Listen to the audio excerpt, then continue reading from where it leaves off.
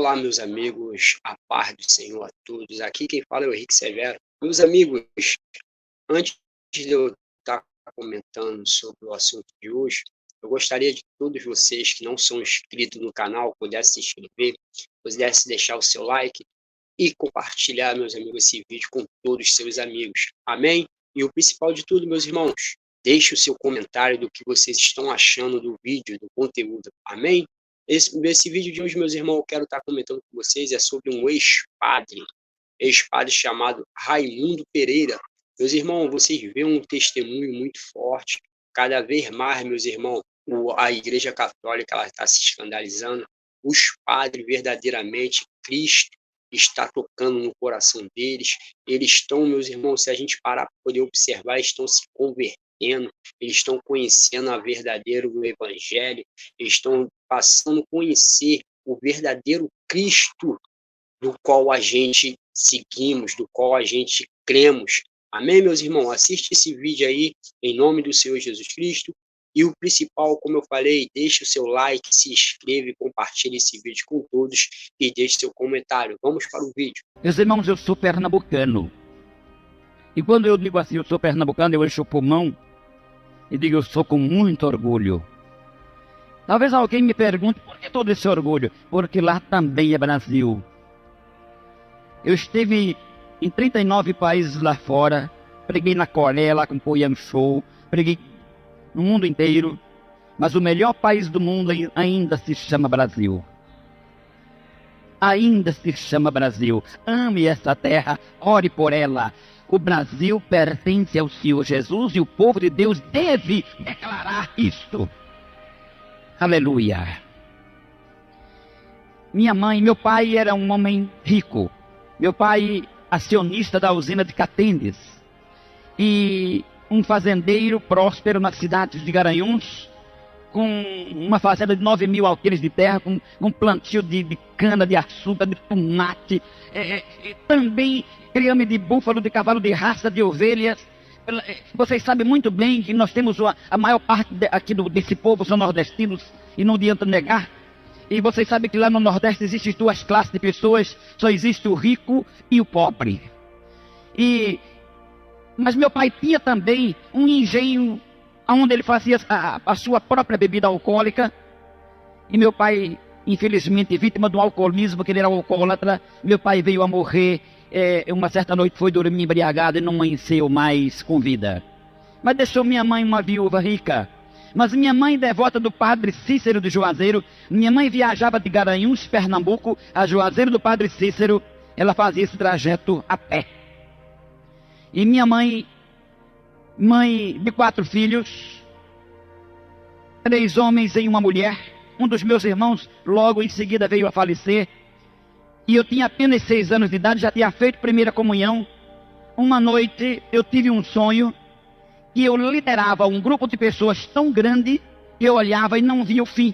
E quando acordei, eu contei isso à minha mãe. E os senhores sabem que tem 2 tipos de nordestinos. Um que fala muito e outros que não falam nada. Minha mãe é daquelas que fala pouco. E ela só olhou para mim e disse, deixe besteira, menino. Tu come demais, você vem contar besteira. Mas eu dava uma volta e pegava na saia da mamãe e dizia, mamãe, e meu sonho? Até que uma hora ela disse, vamos conversar com Dom Expedito. Sabe quem foi Dom Expedito? Aquele bispo que foi assassinado a tiro de revólver pelo padre Osana. Quantas pessoas aqui se lembram deste evento? Muita gente. Muita gente. Vocês sabem que, quando Dom Expedito me ouviu, ele bem sério, olhando aos meus olhos, disse, meu filho, isso é uma chamada para o sacerdócio. Quer ser um padre? Eu disse, olha, se mamãe deixar, eu quero. Espera um pouquinho. Reuniu-se com a minha mãe, daqui a pouco ele voltou e disse, olha, tua mãe me permitiu, mas ela disse que você só tem 6 anos e o seminário só pega com 7. Mas esse ano ela prepara seu enxoval e o ano que vem você ingressa no seminário redentorista. Eu não via a hora, eu contava os dias, até o dia em que ingressei no seminário redentorista. Eu fiz o seminário menor em Garanhuns. Eu fui transferido para o Rio de Janeiro, onde fiz o seminário maior. Mas como No nosso seminário não tinha filosofia, nós íamos fazer filosofia em Aparecida porque o seminário também é redentorista. No terceiro ano de filosofia, que se faz filosofia aquiniana, filosofia de São Tomás de Aquino, se faz aquele aperfeiçoamento. Nós já tínhamos passado por teologia, hermenêutica, exegese, eclesiologia, prática sacerdotal, já tínhamos passado por toda aquela celeuma que Frei Paulo conhece. Na época da missa em latim, que da primeira à última palavra da missa se celebrava em latim. Mas, fazendo filosofia, eu não sou racista. Vou contar essa experiência, não quero que as pessoas de cor pensem que eu vou contar isso por ser racista. Eu vou contar isso porque aconteceu comigo. E eu sempre fui curioso. Terminando um dia eu estava no meio da aula. E eu era chamado no seminário como o complicadinho. Eu fazia perguntas difíceis. Eu virei para o professor, posso fazer uma pergunta? Ele parou a aula e disse, fala, complicadinho. Eu disse, professor, Jesus é negro? Ele disse, não, senhor. Eu disse, Deus. Ele disse, tão pouco. Eu disse, quer dizer que Jesus é branco? Ele disse, sim, senhor. Eu disse, mas Nossa Senhora Aparecida não é a mãe dele? Ele disse, e daí? Eu disse, daí que ela é negra. Ele disse, e o que é que tem? Eu disse, é que segundo a minha concepção, filho branco de mãe negra, se o pai também não é negro, o tal filho é suspeito.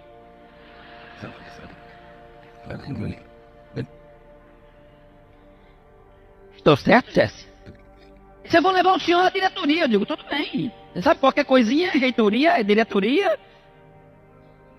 O diretor botou o dedo no meu nariz, o senhor é racista? Eu disse, não, senhor, sou curioso. Então me responda o senhor. Fiz a mesma pergunta para ele, sai daqui da minha sala para fora. Mas eu fui levado a Roma. Por que a Roma?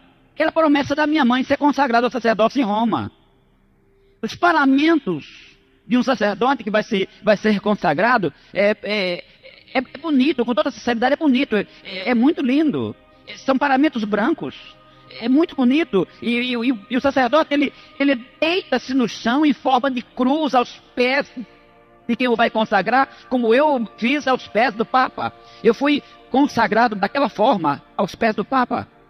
É consagrado os polegais das mãos e os indicadores, porque é aquele que vão pegar na hóstia. Eu levava isso muito a sério. Eu levava tudo a sério. Eu aprendi enquanto estava no seminário que paralelo ao céu e ao inferno havia um mundo chamado purgatório, onde as pessoas que não morriam em estado de graça tinham que passar pelo purgatório. E quando era celebrada uma missa em favor da alma daquela pessoa que estava no purgatório, por exemplo, o fogo do purgatório cairia 1 grau. Seria, vamos dizer assim, 10 vezes mais quente do que o nosso. Eu levava isso a sério. Eu aprendi que esta Bíblia de João Ferreira de Almeida, traduzida por João Ferreira de Almeida, era falsa. Que a religião protestante foi uma religião fundada por um frade agustiniano que se rebeliou contra a igreja, chamado Martinho Lutério. E que ser crente era para pobres, pretos e analfabetos. Eu ouvia isso. Frei Paulo sabe que a coisa mais difícil do mundo é uma freira negra ou um padre negro. Tem, mas é a coisa mais rara do mundo. Infelizmente o racismo impera. Eu quero contar outra coisa para vocês. Eu não sei se vocês sabiam que Santo Antônio, São Benedito, Nossa Senhora Aparecida aqui no Brasil são pretos e lá na Itália são loiros. Eu sei que meu testemunho vai ser um pouco pesado. Eu sei que não tem pessoas católicas que podem até virar as costas e ir embora. Mas acredite, meu irmão, está escrito em São João capítulo 8, versículo 32. E então conhecerei a verdade e a verdade vos libertará.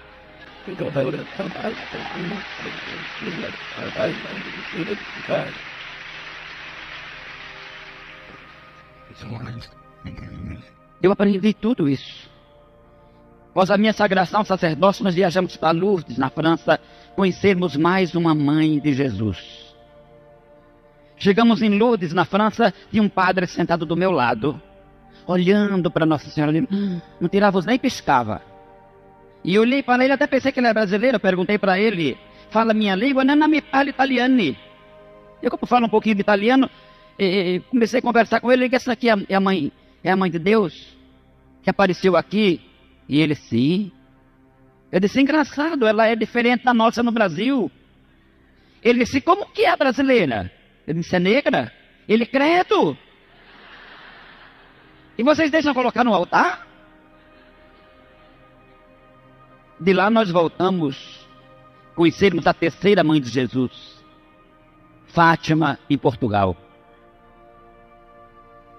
Eu estava hospedado na casa do padre vigário de Fátima, Padre Antônio da Nóbrega, ainda da família Nóbrega tradicional do padre Mané da Nóbrega. Ele assim já de cabelos grisalhos, em cima da mesa dele as 3 imagens, Aparecida, Lourdes e Fátima, uma vela acesa ao pé de cada uma. Eu cheguei próximo a ele e disse, padre, o senhor é padre há quantos anos? Ele disse, há 25 anos. Muito bem. Eu disse, me diz uma coisa, Nossa Senhora Aparecida é a mãe de Jesus? Nossa Senhora de Fátima é a mãe de Jesus? Nossa Senhora de Lourdes é a mãe de Jesus? Ele, sim. Eu disse, por que que uma não parece com a outra? Por que que o rosto de uma é diferente do rosto da outra? Ele pensou um pouco e disse, bom, isso é devido à região onde ela apareceu. Digo, meu Deus, e quer dizer que trocar de região se troca de rosto? Como que eu vou chegar no Brasil?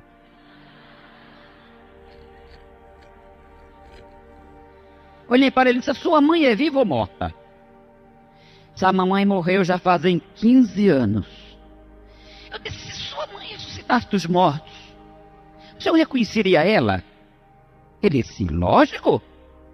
Eu disse, mesmo se ela aparecesse no Japão, baixinho, olhinho puxado, afirmando-se tua mãe, ele disse, eu mandaria prender como doida. Eu disse, se ela aparecesse na África, bem negra, de cabelo encaracolado, dizendo ser tua mãe, não aceitaria, mandaria prender como maluca. Eu disse, se ela aparecesse na Alemanha, bem loira de olho azul. Ele olhou para mim e fez assim com a cabeça, se eu quero chegar aonde? Eu disse, se Jesus voltar hoje para a terra, ele vai ter que escolher alguém, mas ele vai escolher Aparecida, Lourdes, Fátima ou Maria da Judéia. Ele pensou um pouquinho e disse, é lógico que é Maria da Judéia. Eu disse, ele vai fazer então o que com as xerox? Ele disse, ele botou o dedo no meu nariz, o senhor é padre há quantos anos? Eu digo, anos? Misericórdia, eu fui consagrado há 15 dias atrás. Ele coçou a careca e disse, infelizmente o senhor não vai servir para ser padre. Eu disse, por quê? Ele disse, porque o senhor está com a fé estragada. Ele disse, o pior de tudo, terminou de estragar minha fé também.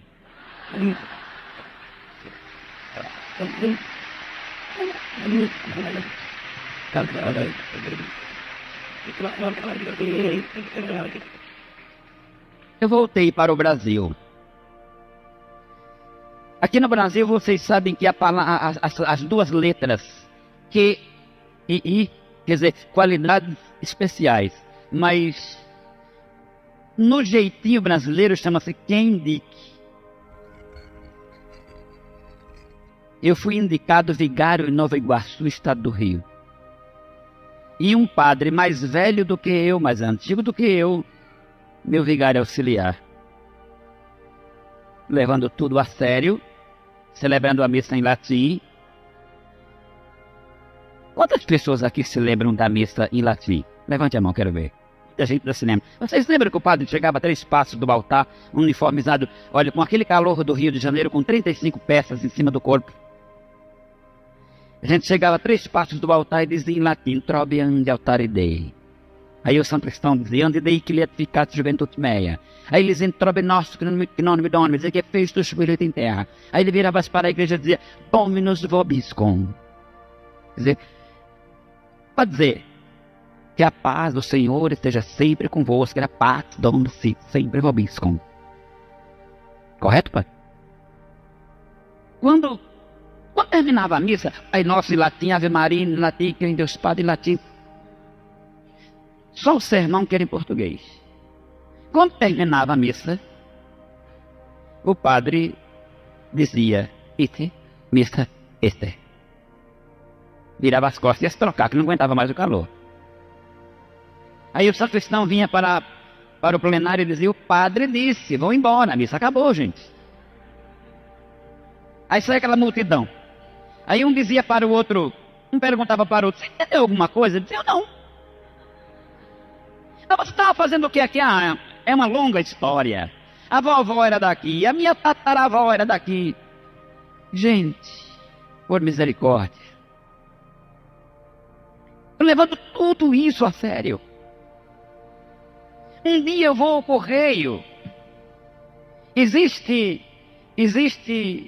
uma literatura que chega na mão dos sacerdotes chamada liturgia e vem sempre pelo correio e normalmente se pega no correio. E um dia eu vou ao correio e no meio das literaturas, um embrulho maior, olhei que me havia enviado a imprensa metodista do Brasil.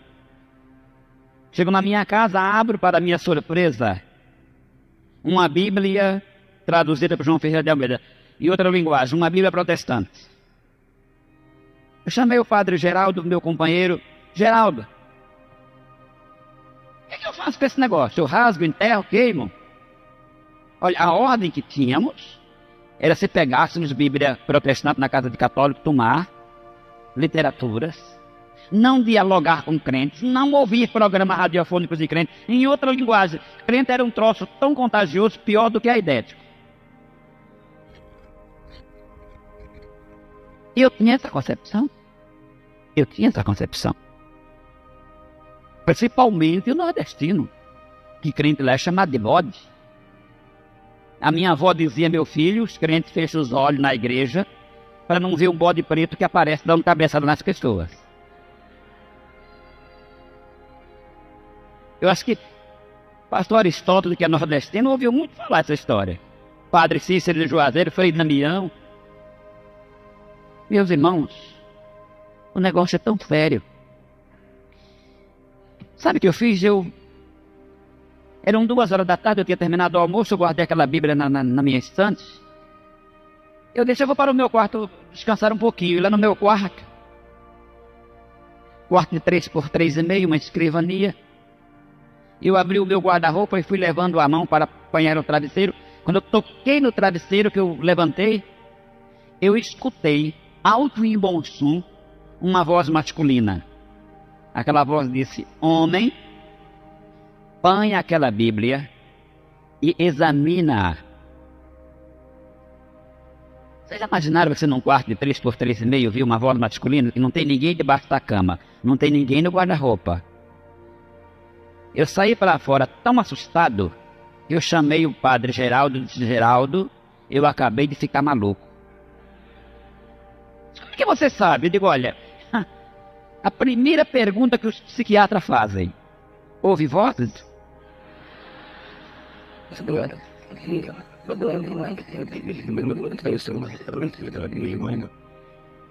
Aí ele disse, o que a voz te disse?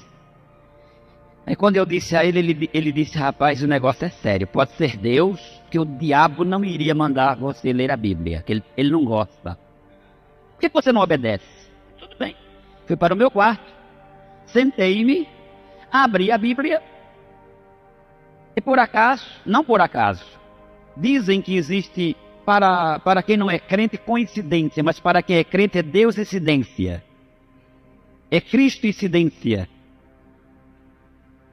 Eu abro a minha Bíblia no capítulo 8 de São João, por acaso, abri capítulo 8 de São João, comecei a ler do começo.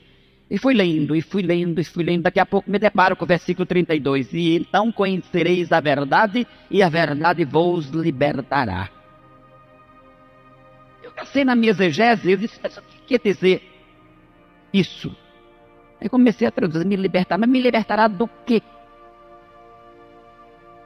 Aí comecei a não entender, aí continuei. Aí o versículo 36. Se pois o Filho vos libertar, verdadeiramente sereis livres.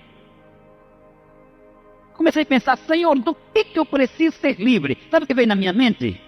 Você não tem um compromisso com Roma? Você não tem um compromisso com o Papa? Quem sabe é isso? Eu abri a Bíblia, fechei a Bíblia e abri em outro lugar, me cai agora São Mateus capítulo 11. E o versículo 25 que estava pontilhado a propósito. E o versículo diz, naquele tempo levantando-se, Jesus disse, graças te dou, Pai, Senhor dos céus e da terra, que ocultaste essas coisas aos sábios e aos entendidos, e as revelaste aos pequeninos. Irmão Jesse, eu fiz uma interrogação na minha cabeça.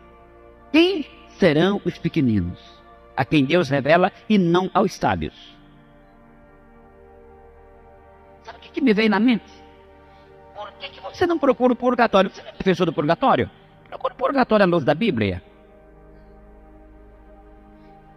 Quando nós estudávamos teologia no seminário romano, a única base que eles tinham para purgatório é salvar alguém arrebatando-os como que do fogo. Mas espera lá, como que não é do que? Salvar alguém arrebatando como que do fogo é salvar depressa, é tirar depressa. Ali não está dizendo que ninguém vai purgar pecado e fogo. Mas eu li toda a Bíblia e não encontrei nada. Eu disse, essa Bíblia é falsa, não tem purgatório nela, eu vou ler uma católica. Também não encontrei nada. Um sábado de manhã, coloquei a Bíblia debaixo do braço e fui ao palácio do bispo. Meu bispo. Cheguei na casa dele, tomei o café da manhã com ele, e a gente se dirige ao bispo chamando ele de excelência. Excelência, eu vim lhe fazer umas perguntas, mas eu gostaria que o senhor me fosse sincero e responda, por favor, a verdade. Ele bem sério disse, Pereira, pergunte-me o que quiser. Eu disse, tudo que a Bíblia diz é verdade? Tudo que está escrito na Bíblia é real? Ele disse, é real. Inclusive ele pegou a Bíblia e disse, a Bíblia fechada é um livro, e aberta ela é uma carta de Deus falando com os homens. O senhor tem certeza? Ele disse, absoluta. Eu disse, quer dizer que difundir a Bíblia, viver a Bíblia está correto? Ele disse, está. Eu disse, mas quem vive Bíblia são os protestantes, e os católicos não gostam de ler Bíblia. Eu disse, os protestantes lendo a Bíblia como ela é, estão certos? E ele bem sério disse, se eles guardarem o que a Bíblia diz, irão morar nos céus. Fiquei olhando para ele. E eu disse outra pergunta, eu li 2 Bíblias e não encontrei o purgatório. O senhor poderia me dizer onde está escrito? Ele disse, não posso. Tipo, o senhor não pode porque não pode? Ele disse, não posso porque não está escrito. Não tem base bíblica. Ele disse, olha, foi o Papa Gregório I que autorizou. Ele disse, nós rezamos pelas almas do purgatório por obediência e não por existência. Eu pus a mão no queixo, quer dizer que não existe. Eu disse, e como é que o homem vai ser salvo? Ele não precisa se purificar dos pecados? Ele disse, sim. Eu disse, irá se purificar aonde? Ele disse, abra a Bíblia. 1 João 1,7. Lê alto. E lá diz, mas se andarmos na luz, como ele na luz está, temos comunhão uns com os outros, e o sangue de Jesus Cristo, seu Filho, nos purifica de todo pecado. Eu quero dizer para os entendidos em língua portuguesa que nós temos aqui doutor de tudo que é tipo. Sabe por que está escrito de todo e não de todos no plural? Porque a Bíblia, a própria Bíblia diz que o pecado contra o Espírito Santo não tem perdão. E se a Bíblia dissesse todos, estaria incluído. Então teria perdão. Estão entendendo por quê? De todo o pecado. Quando eu terminei de ler, ele disse, se é o sangue de Jesus que purifica o homem dos pecados, para que purgatório? Ele disse, se é o purgatório, Jesus morreu e derramou seu sangue, para quê? Eu pus a mão na testa e disse, quer dizer que até hoje, quando eu estava rezando pelas almas do purgatório, eu estava falando sozinho? Ele balançou a cabeça.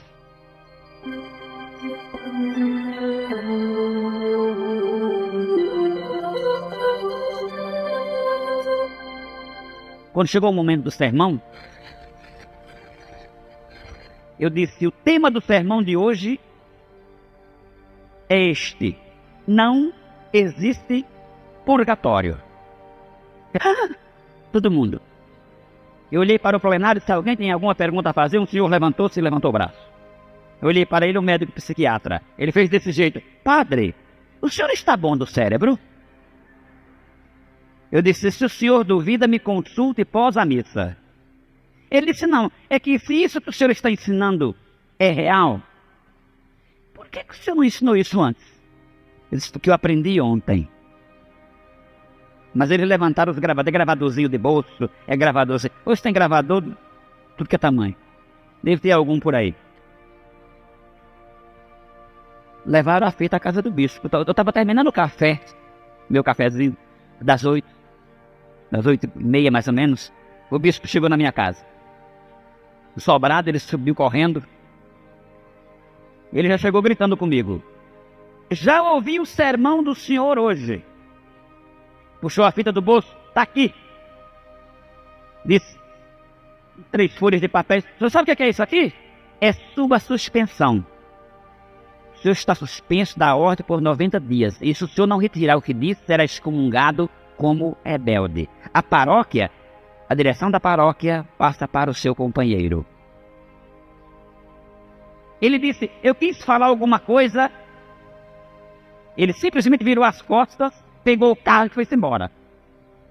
Meu colega balançou a cabeça e disse, Pereira, agora sim, agora você tem que procurar um psiquiatra, porque você está querendo dar uma de Martinho Lutero. Se levantar contra a igreja de Deus, você é louco. Você se lembra de João Ingrid? Você se lembra de Lutério? João Ingrid? Quando foram matar ele disseram para ele, vamos te matar. Ele disse, vocês vão matar. E ele tinha um apelido de ganso. Vocês vão matar um ganso, mas vai nascer um cisne. Vai levantar-se um cisne na história. E levantou-se mais tarde Lutério. Então, meus irmãos,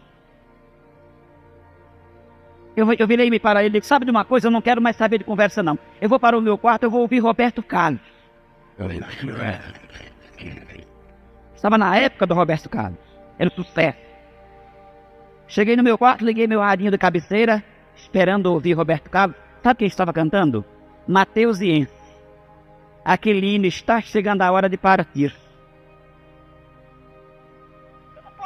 Eu não posso ouvir hino de protestante.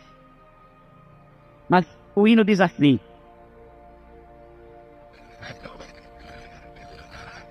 Me lembre do começo. Está chegando a hora de partir. Prepara-te, ó igreja, para subir. Vigia sempre firme em oração, que é tempo de real consagração. Jesus em breve vem do céu, em glória, majestade e poder. Medita, ó igreja de Jesus, que dia glorioso a descer. Olha, eu com o dedo no botão do rádio para desligar, eu não tinha coragem de desligar, era muito bonito.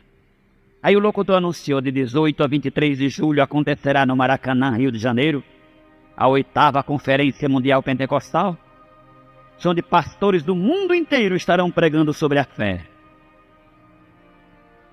Eu disse, eu quero falar um desses dias. No penúltimo dia da festa, era o comentário do Rio. Eu virei para o meu colega e disse, escuta, amanhã é o encerramento, que na parte da manhã, na parte da tarde, encerra a Conferência Mundial Pentecostal. Eu falei para o meu colega, vamos até lá? Ele disse, vou nada, rapaz, você é louco? Se a imprensa está lá, nós vamos aparecer na primeira página dos jornais, o bispo vem aqui e nos excomunga. Não vou não. Então fique, eu vou. Mas quando foi na hora de eu ir, a gente morava num sobrado, a nossa condução era um jipe. E lá vou eu descendo as escadas, com a melhor batina que tinha chegado do tintureiro, bem arrumado, uma faixa, um crucifixo aqui preso à faixa, um uniforme, um verdadeiro uniforme redentorista, um chapéu preto na cabeça, bem elegante. Lá vou eu descendo. Eu era magro que... parecia aquele homem que o paletó listado tinha uma lista só. Era bem magrinho. Eu vou descendo. Quando eu estou na última volta da escada, o padre Geraldo ficou olhando de cima e disse: Pereira, dê o que der, eu vou também. Aí fomos dois. Quando nós chegamos na porta do Maracanã, para nossa surpresa, os diáconos que tinham a faixa no braço escrito disseram: não pode mais entrar ninguém. Não pode? Não. Mas não tem jeito? Não tem. Então vamos dando meia volta para ir embora. Nós já tínhamos dado um pedaço. Eles se reuniram depressa num canto e foram atrás de nós. Deram o jeitinho brasileiro. Disse: olha, vamos fazer o seguinte, como se trata de dois padres, vocês vão entrar. E nós entramos. Lá onde não cabia mais ninguém, nós nos sentamos. Os nossos olhos depararam, os senhores... Você estava lá, Caleb? O filho do pastor Aristóteles, o Jair, o pastor Aristóteles estava. Tinha um coralzinho, com quase, acho, mais de 2.000 vozes. Era maior do que aquele coral que teve aqui no Congresso Mundial, não era, pastor? Uniformizado com as cores da bandeira brasileira, irmãos. Aquele coral levantou-se, regido pelo maestro Varjão. Não era, irmãos, era anjos na terra, era céu puro. E aquela gente ia abanar lenço branco e dar glória a Jesus e pular. Vocês veem o Jabes pular aqui, isso aqui não é nada. Lá eu via aquele pular que nem pipoca. E banar lenço branco, e quem não tinha lenço tirava o casaco e banava o casaco no ar. E daqui a pouco o coral parou. E anunciaram: olha, Jesus batizou 40 componentes do coral com o Espírito Santo. E aquela gente falando em línguas, eu não sabia o que era, e olhava para um lado, olhava para o outro. Daqui a pouco um moço, moreno claro, do meu lado, virou-se para nós dois, falando em hebraico clássico. Ele disse: homens, não foi pela vossa vontade que vocês entraram aqui. Fez assim com as mãos: foi as minhas mãos que vos trouxeram. Eu lembro que eu olhei para o meu colega e disse: mais um hebreu maluco. Eu nunca vi esse camarada. Eu virei para ele e disse: moço, o senhor é hebreu? Ele disse: não, senhor, eu sou goiano. Eu disse: onde o senhor estudou hebraico? Ele disse: o que é hebraico? Eu digo: pronto, é outro doido. Aí tinha um jovem para trás de mim, o jovem pôs a mão no meu ombro assim e disse: padre, não te assusta. Esse moço foi batizado com o Espírito Santo e recebeu o dom de profecia agora. Se agora. Olha, Deus falou com vocês dois. Eu confesso, eu temi e tremi. O tema era o Espírito Santo glorificando a Cristo. Não era isso? Cada pregador falava dentro do tema. Aí deram a palavra para aquele Bill Block, da igreja ali no Canadá. E ele me lê Amós 4,12, a parte B do versículo, traduzido por Bernard Johnson, o melhor intérprete do Brasil. Eu acho que depois dele só Gineto, né? Então, meus irmãos, ele começou a pregar sobre a lei sacerdotal. Ele disse: olha, os primeiros sacerdotes foram Arão e seus filhos. Ele disse: a lei sacerdotal durou até Zacarias. Ele disse: Zacarias foi o último sacerdote. Ele disse: o último sumo sacerdote foi o Senhor Jesus. Ele consumou a obra sacerdotal na cruz. Ele disse: e Jesus, pós-ressuscitado, nomeou uns para evangelistas, pastores, doutores e mestres. Em um tom bem firme ele disse: sacerdotes não existem mais. Eu lembro que eu virei para o padre Geraldo e disse: nós dois somos o quê? Ele disse: 2 bonecos fardados. Não tem mais? Foi abolido na cruz. Mas o apelo aquela noite foi feito assim: amigo, você não gostaria de hoje experimentar um pouquinho do meu Jesus? Se você gostar dele, você fique com ele. Agora, se você não gostar, pode me devolver, eu aceito de volta. Quando ele disse: aquele que quiser experimentar um pouquinho do meu Jesus, fique em pé. Irmãos, eu fui a primeira pessoa a levantar e gritar com toda a força do meu pulmão: Eu quero esse Cristo. Olhei para o meu colega, ele banhado em lágrimas, fez a mesma coisa. Ele disse, tantos mais quanto quiserem aceitar Jesus, desçam com eles. Desçam com esses 2 sacerdotes. Aí os diáconos nos cercaram, nós começamos a descer. Sabe quantas pessoas desceram? Desceram 11.000 pessoas.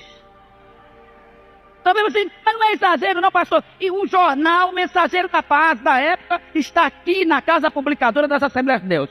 Pode chegar lá, procure a gerência que vocês vão encontrar. Nós não estamos contando aqui uma lorota, nós estamos contando aqui um fato. 11.000 pessoas. Abalou a imprensa do Rio de Janeiro.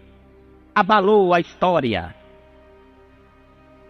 Aí eu cheguei em casa, irmãos. Meu colega juntou a mala e desapareceu no mundo. O bispo mandou outro padre. Eu não era nada agora, era um Zé Ninguém. Sabe o que eu fiz? Mandei uma carta para a mamãe. Mamãe, eu encontrei um Cristo diferente. Irmão, pastor Sábios, me permite, eu só pedir uma coisa ao auditório. Os irmãos me permitem mais 10 minutos para prestar meu testemunho? Eu mandei dizer à mamãe, mamãe, eu encontrei um Cristo diferente agora. Diga, esse Cristo que eu encontrei não é aquele que está aqui no Corcovado de cimento armado. Também não é de ouro, prata ou bronze. Diga, esse Cristo é aquele de Apocalipse 1,18.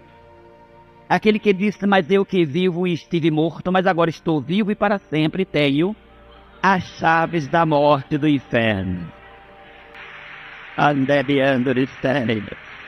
Aleluia. Irmãos, você sabe que para uma família que tem um filho padre, eles se consideram salvos. Meu filho vai rezar por mim e eu vou para o céu. Para minha família era o santo da casa. De repente minha mãe lê a minha carta que agora eu não era mais um padre, eu agora era um crente. Apesar que por Vaticano eu vou morrer sendo padre. Mas na verdade eu sou. Que eu me casei e sou padre de 6. Sou pai de 6 filhos agora. Mas aconteceu, irmãos, que quando minha mãe leu a minha carta, ela simplesmente gritou, meu filho morreu! E desmaiou. A minha mana veio, leu a carta, fez minha mãe voltar, disse, não, ele não morreu. Ele apenas ficou crente. Ela disse, não, para mim, morreu. Irmãos, acredite uma coisa. 17 dias após, eu estava almoçando quando o carteiro chegou. Ouça isso, Frei Paulo. Eu estava almoçando quando o carteiro chegou. Entregou uma carta, eu olhei, vi que era da minha mãe, abri. E mamãe dizia, meu filho, eu preferia viver morto. Você se lembra quando se escrevia a carta, esta missiva? Se usava essa frase, né? Eu preferia pegar na alça do seu caixão. Eu preferia lhe ver sendo um toxicômano qualquer. Mas já que você virou crente, como diziam os nordestinos, mas eu quero ver seu rosto. Nunca mais você vai cruzar meus batentes. Te darei um jeito para lhe desmembrar da família. Irmãos, vocês sabem que um filho ler uma carta de uma mãe nesse teor é bravo. Sabe o que eu fiz? Eu saí chorando pro meu quarto. E lá no meu quarto eu caí ajoelhado. E eu fui fazer a primeira oração. Por quê? Porque antes eu rezava. E não é a mesma coisa. A palavra reza quer dizer repetição de cópia. E a palavra rezar quer dizer repetir. Diz o dicionário Aurélio. Quer ver? Pesquise. Eu ajoelhado no meu quarto, Deus, quando eu era criança, escolhi o sacerdócio humano como minha regra de fé. Pós-adulto está acontecendo tudo isso. Pós um sacerdote formado, ordenado, está acontecendo tudo isso comigo. Digo, Deus, eu não quero ouvir a voz do homem, eu quero ouvir a voz dos céus. Quando eu disse eu quero ouvir a voz dos céus, irmãos, o teto do meu quarto desapareceu. Aleluia! Sabe o que eu comecei a ver, irmãos? Eu comecei a ver um clarão tão forte que todas essas lâmpadas acesas ficariam trevas. E uma voz bradou, nesse tom, meu filho, grande obra eu farei na tua vida. milhares viram o meu conhecimento pela tua instrumentalidade. Irmãos, eu só aguentei ouvir até aí. Olha, eu peço aos senhores, nunca peçam para Deus falar direto contigo, porque você não vai aguentar. É duro demais. Eu caí ali onde eu estava. Eu fui levado ao pronto-socorro municipal. Após uma injeção, o médico que estava do meu lado chegou no meu ouvido e disse: padre, o senhor estava desmaiado, seu companheiro lhe encontrou, lhe trouxe para cá. O que está havendo? Eu fui tentar contar, mas eu chorava, eu não falava. E eu olhei para o médico chorava comigo. Ele me abraçou, ele botou a cabeça encostada a mim e disse: meu irmão, eu também sou crente. Aleluia. Aleluia. Meus irmãos, eu fui para casa, eu fiz uma carta ao meu superior, pedindo meu desligamento, não esperei a resposta. Eu saí fora. Minha mãe pagou médico para fazer um atestado de óbito, me dando como morto. Só para os senhores terem ideia. A minha família que mora aqui em São Paulo são ricos. Eles não falam comigo. Se eles me encontrarem na mesma calçada, eles trocam de calçada para não olhar para meu rosto. Mas vocês sabem o que é que Deus fez comigo? Deus me deu essa família. Aleluia. Aleluia. Deus me deu esta família. Caleb, eu sou feliz.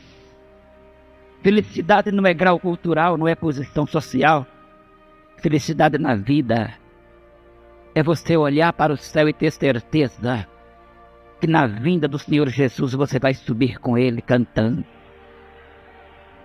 Irmãos, na cabeça de cada salvo tem uma luz que brilha mais do que o sol. Você sabe o que é que brilha mais do que o sol? É o Criador do sol. É Ele. Agora, eu estou vendo luz apagada. E você, meu irmão, que a sua luz se apagou, que você diz: mas eu não tenho mais força, eu aceitei Jesus, mas eu perdi o ânimo, eu perdi a força. Meu irmão, sai do teu lugar. Mesmo sem força como você está, caminha daí aqui e deixa Jesus fazer o resto. Eu quero perguntar dessa noite a você que gostaria também de ser feliz como eu. Eu quero perguntar a você que é católico, a você que é espírita, a você que gostaria de tomar uma decisão na vida de andar com Jesus, de mão dada com Ele. Eu quero convidar você a sair do seu lugar e vir até aqui na frente